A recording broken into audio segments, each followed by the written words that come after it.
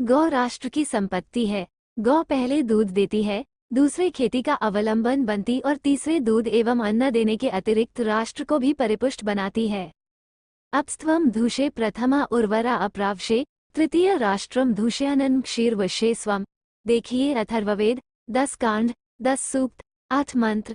लौकिक और व्यवहारिक दृष्टि से भी गौ हमारे लिए सर्व प्रकार से परम लाभदायक, उपयोगी तथा कल्याण कारिणी है। गौ की बड़ी महिमा है। गौ की उत्पत्ति के विषय में वेद में आया है कि गावो हे जगिरे तस्मात् तस्मात् जाता अजाव्या पुरुषयुक्त। अर्थात ब्रह्मय यज्ञ से पहले गौ प्रकट हुई और फिर बकरे भेड़ आदि। इस प्रकार इसकी उत्पत्ति का वर्णन वेदों में आदि जननी के रूप में आया है। गौलोक का वर्णन भी शास्त्रों में मिलता है। जननी जन्म भूमि च जाह्नवी वेद मातरः सुरभि तत्न विज्ञेया पंचेते मातरः स्मृता। अर्थात गर्भधारिणी माता, जन्मभूमि, गंगा, गायत्री और गाय ये 5 माताएं कही गई हैं। महाभारत अश्वमेध पर्व तथा अनुशासन पर्व में भी गाय की महिमा का अपार वर्णन है।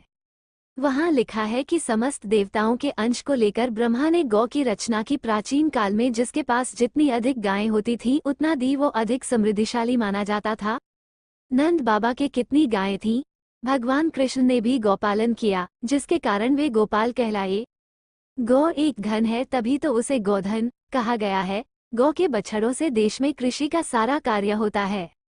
गौ का घी यज्ञ के काम में आता है तथा वह जीवन में बहुत ही ज्ञानदायक, बल तथा आरोग्य प्रदाता है। गौ का दूध, मट्ठा, मक्खन सभी कुछ यहाँ तक कि गोबर और गोमूत्र तक पवित्र, रोगनाशक तथा उपयोगी है। गौ काम धेनु है जो मनोवांछित फल देने वाली है। यहाँ तक कि मृत्यु के समय तक में गोदान करने की प्रथा हमारे यहाँ आज तक पुण्यदायक मानी गई है। गोदान का महान पुण्य फल कहा गया है। गौ सेवा से सात्विक भाव का उदय तथा पापों का नाश होता है। गौ में विद्युत शक्ति का पुंज है। जिस स्थान पर गौ रहती है वहाँ का वातावरण भी बहुत शुद्ध, पवित्र तथा सात्विक रहता है। गौ का दर्शन परम मंगलकारक माना जाता है। गोमूत्रम गोम्यम क्षीर दधि सर्पेह कुशोदकम। निर्दिष्ट पंचगव्यस्तु पवित्रम पापनाशनम। अर्थात गोमूत्र, गोबर, दूध, दही, घी और कुशा का जलीय पंचगव्य है जो पवित्र तथा पापनाशक है। इनके सेवन से अंत करण पवित्र और निष्कलुष हो जाता है। गोमूत्रम कृष्ण वर्णाया श्वेताया गोम्यम हरेत पयश्च ताम्रवर्णाया रक्ताया दधि चोचयते। कपिलाया घृत ग्राह्यम सवे कापिल में वा।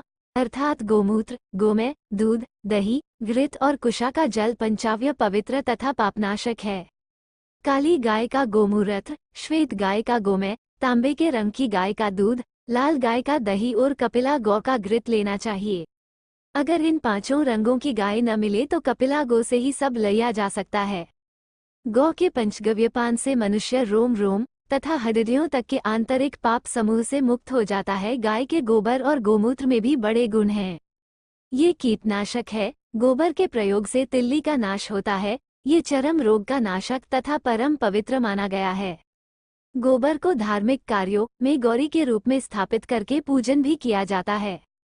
गोबर लीपने से गंदगी दूर होकर स्थान पवित्र हो जाता है। वैज्ञानिक दृष्टि से गोबर में फास्फोरिक एसिड, चूना, मैग्नीशिया और सिलिका रहती है। इसमें नाइट्रोजन भी है जो अनेक रोगों को नाश करने वाले तत्व है। गोबर के रस से बड़े बड़े रोग दूर होते हैं। गोमय में बिजली को रोक देने की अद्भुत शक्ति है। इसलिए पर्वतीय लोग बरसात के पहले अपने मकान को गोबर से लीपकर दरवाजे पर गोमय के यंत्र बनाए रखते हैं। वैज्ञानिक दृष्टि से ये भी अनुभूत तथा निश्चित हो गया है कि गोमय तथा गोमूत्र दोनों ही एंटीसेप्टिक है, अर्थात बीमारियों के कीटाणु न उत्पन्न होने देने की शक्ति इनमें है। गोबर की राख से खुजली तथा दाद आदि अनेक चर्म रोग दूर होते हैं। ये कीटाणु नाशक होती है तथा इससे जब साधु लोग अपने शरीर पर मल लेते हैं, शरीर पर शीत का प्रभाव भी कम पड़ता है। गोमय के विषय में एक और विशेष गुण ये भी कहना है कि गोबर को एक बड़े पात्र में भरकर और उसे लेकर बारी बारी से दाहिने और बाएं नथुनों से गहरी सांस लेते हुए 3 बार सूंघे। इस प्रकार नित्य 3 बार 1 महीने तक सूंघने से ब्लड प्रेशर का रोग निश्चय ही नष्ट हो जाता है। गौमूत्र में भी बहुत से गुण है। गोमूत्र के सेवन से जिगर की बीमारी, तिल्ली तथा कुष्ठ तक अच्छा हो जाता है। औषधियों के शोधन में भी गोमूत्र का प्रयोग होता है। गोमूत्र से कृमि रोग, कुष्ठ रोग, खुजली तथा प्लीहा आदि दूर होते हैं। गौ के घी व मक्खन से भी बहुत लाभ हैं। इनसे शरीर की पुष्टि, बल की वृद्धि तथा भोजन में स्वाद की प्राप्ति तो होती ही है। गौ के दूध में अनेक रोगों को नाश करने की शक्ति है। ये त्रिदोष नाशक है। वैज्ञानिक दृष्टि से इसमें जल, मक्खन, केसिन, अल्बुमिन, चीनी और लवण आदि तत्व पर्याप्त मात्रा में रहते हैं। बालक से लेकर वृद्ध तक इसका भिन्न भिन्न रूप से सेवन करते हैं तथा बल, बुद्धि और आरोग्य प्राप्त करते हैं। बच्चों और बूढ़ों के लिए तो यही एक सहारा है। गोदुग्ध अमृत के समान पोषक, लाभदायक तथा उपयोगी है। ऋषि लोग अपना संपूर्ण जीवन गोसेवा करके उसके सहारे ही व्यतीत कर देते थे। आज हम गौमाता के महत्व को भूल गए और इसी कारण न तो हम गौ पालते हैं, न सेवा करते हैं और न उसके महान गुणों से लाभ ही उठा पाते हैं। हमें इस पर ध्यान देना चाहिए। यह वीडियो कैसा लगा हमें कमेंट्स करें एवं सब्सक्राइब और लाइक करना ना भूलें।